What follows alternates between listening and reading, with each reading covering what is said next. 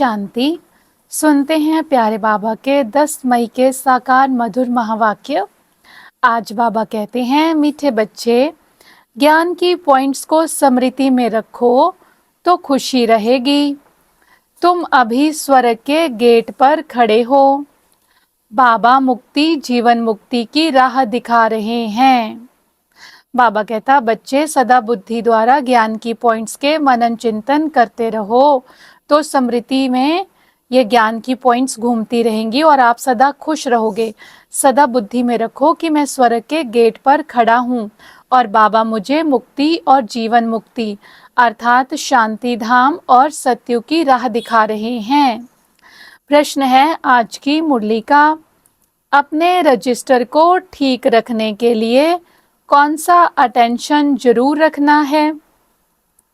उत्तर है, अटेंशन रहे कि मनसा वाचा कर्मणा किसी को भी दुख तो नहीं दिया। अपना स्वभाव बड़ा फर्स्ट क्लास मीठा हो। माया नाक कान पकड़कर ऐसा कोई कर्तव्य ना करा दे जिससे किसी को दुख मिले। अगर दुख देंगे तो बहुत पश्चाताप करना पड़ेगा, रजिस्टर खराब हो जाएगा। बाबा कहते हैं कि आप बच्चे गॉडली स्टूडेंट हो और बाबा हमारा टीचर है। हम सब बच्चों का रजिस्टर टीचर बाबा के पास है, तो ये रजिस्टर सदा साफ और अच्छा रखना है। अपना कैरेक्टर कंडक्ट बहुत रॉयल रखना है। बाबा कहते हैं सदा अटेंशन रखो कि मन वाणी कर्म से किसी को दुख तो नहीं दिया। अपना स्वभाव बड़ा फर्स्ट क्लास मीठा रखना है। माया अर्थात अंदर की नेगेटिविटी, कमी कमजोरियां कहीं मेरा नाक कान पकड़कर मेरे से उल्टा काम ना करा दें जिससे दूसरों को दुख मिले।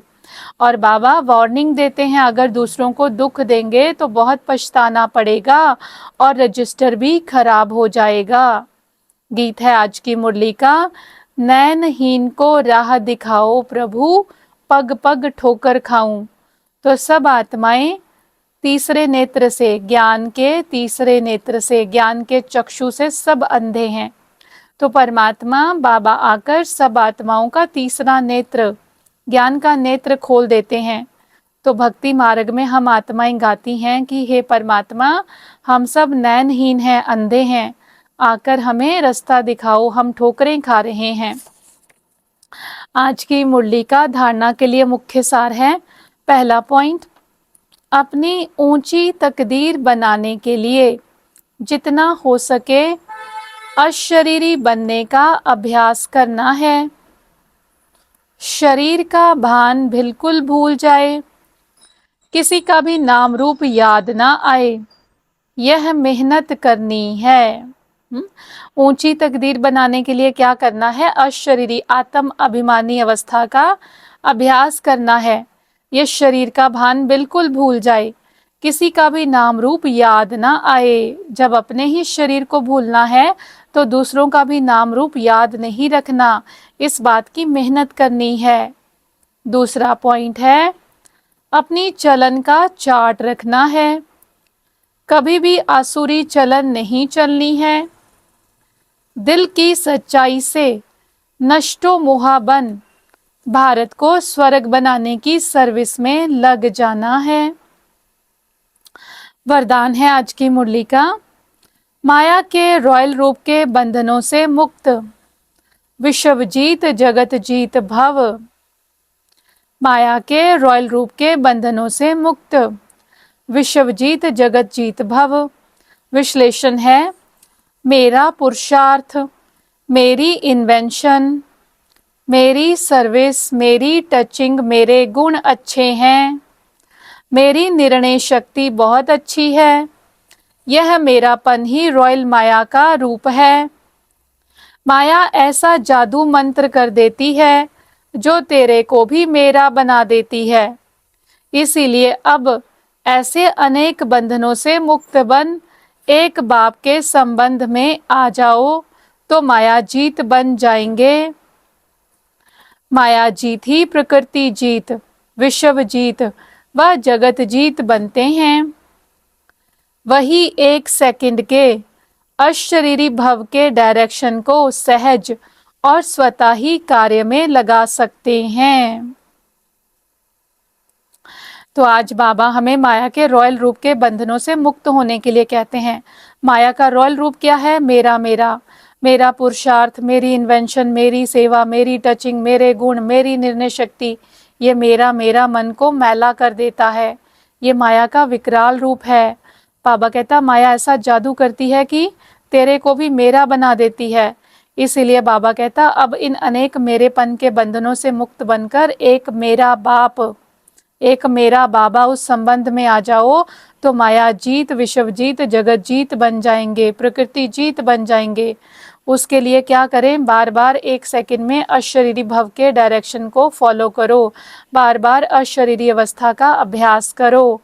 तो बाबा कहता है सहज ही प्रकृति जीत, विश्व जीत, जगत जीत बन जाएंगे, माया के रॉयल रूप के बंधनों से मुक्त हो जाएंगे।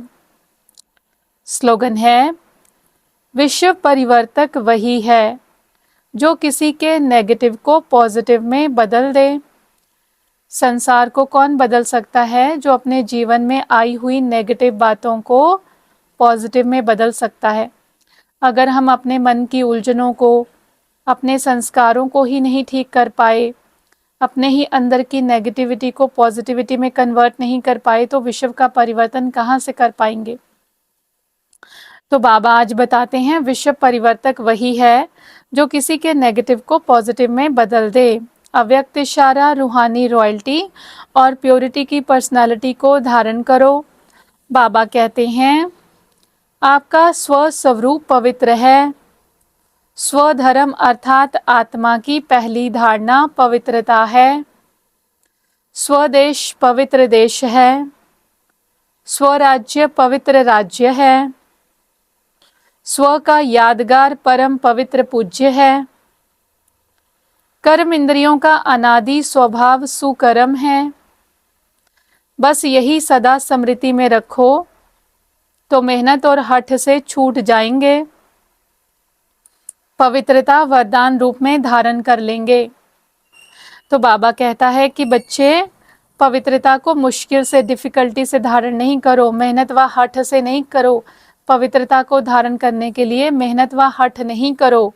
सदा क्या याद रखो कि मेरा स्व स्वरूप पवित्र है। स्वधर्म की पहली धारणा पवित्रता है। स्वदेश परम धाम देश पवित्र देश है। स्वराज्य सत्युग पवित्र आत्माओं का राज्य है। स्व का यादगार पूज्य स्वरूप परम पवित्र स्वरूप की पूजा होती है। कर्म इंद्रियों का अनादि स्वभाव सुकर्म पवित्र कर्म है। जब मुझे ये स्मृतियां होंगी कि ये मेरे पर्सनालिटी ट्रेट्स हैं, ये मेरे निजी गुण हैं पवित्रता, तो बाबा कहता पवित्रता को धारण करना बहुत आसान हो जाएगा। पवित्रता को जबरदस्ती अपनाना, हठ करना, ये सब नहीं करना पड़ेगा। पवित्रता नेचुरल स्वरूप में और स्मृति में आ जाएगी। पवित्रता को वरदान के रूप में धारण कर लेंगे जब मुझे ये स्वरूप, स्वदेश, स्वराज्य, स्व का यादगार पूज्य स्वरूप और स्व का सुकर्म पवित्रता जब ये याद रहेगा तो पवित्रता ऑटोमेटिकली आ जाएगी। प्यारे बाबा का बहुत बहुत शुक्रिया। ओम शांति।